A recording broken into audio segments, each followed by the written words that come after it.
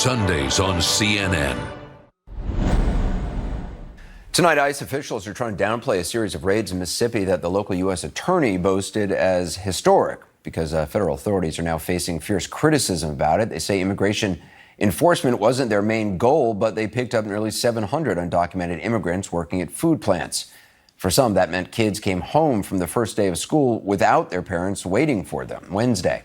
That is leading to some raw emotions, and what you're about to see is certainly not easy to watch, but we think it's important for you to know the impact on the children. Here's a girl waiting for her mom. Governments, please put your heart. Let my parents be free with everybody else, please. Don't leave the child with cryiness and everything. I need my dad for me.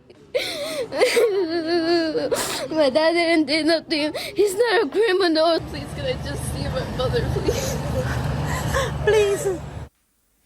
The girl you saw has since reunited with her mother. I spoke earlier with Oregon Democratic Senator Jeff Merkley. He made headlines last year after being denied entry to an immigrant detention center in Texas where kids had been separated from their parents. Senator Merkley, I wonder what goes through your mind when you see the images of these families today dealing with the repercussions of this raid, particularly these children waiting for parents who aren't showing up.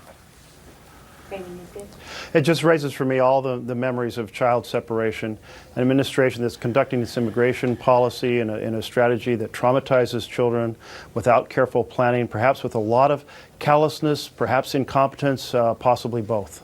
I don't know if they chose to do the raids on the first day of school. An ICE official tells CNN they did give school administrators a heads up the same day. That doesn't seem to do much good for the children whose parents never showed up to pick them up. No, can you imagine the terror you have as a child, that your parents are suddenly gone and you don't have a place to go home to, and what does it mean for your life? It just re-evokes all the factors that we saw in spades with the administration down on the border, ripping children out of their parents' arms. It's a different style of doing it, but same impact on children, same sense of kind of an evilness at the heart of this policy, that is, if we inflict trauma on children, we'll discourage immigration. Why doesn't, if the president wants to take on immigration, why not turn to the bipartisan 2013 bill?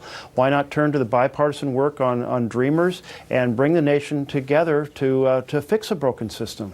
Also, the timing of this so close to the mass shootings over the weekend. I guess this operation must have been in the works for months, but I'm not sure. Perhaps they could have taken the timing into consideration.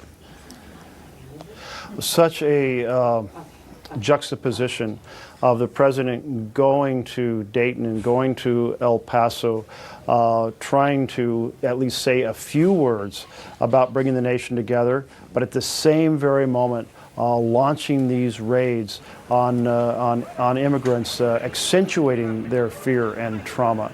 I think it just goes to the fact that the president, when he talks about bringing the nation together, that's not the real President Trump. The real President Trump is the one who has this underlying strategy of inflicting trauma on refugees, on children, to discourage immigration, and that is just a dark and evil policy that we need to change.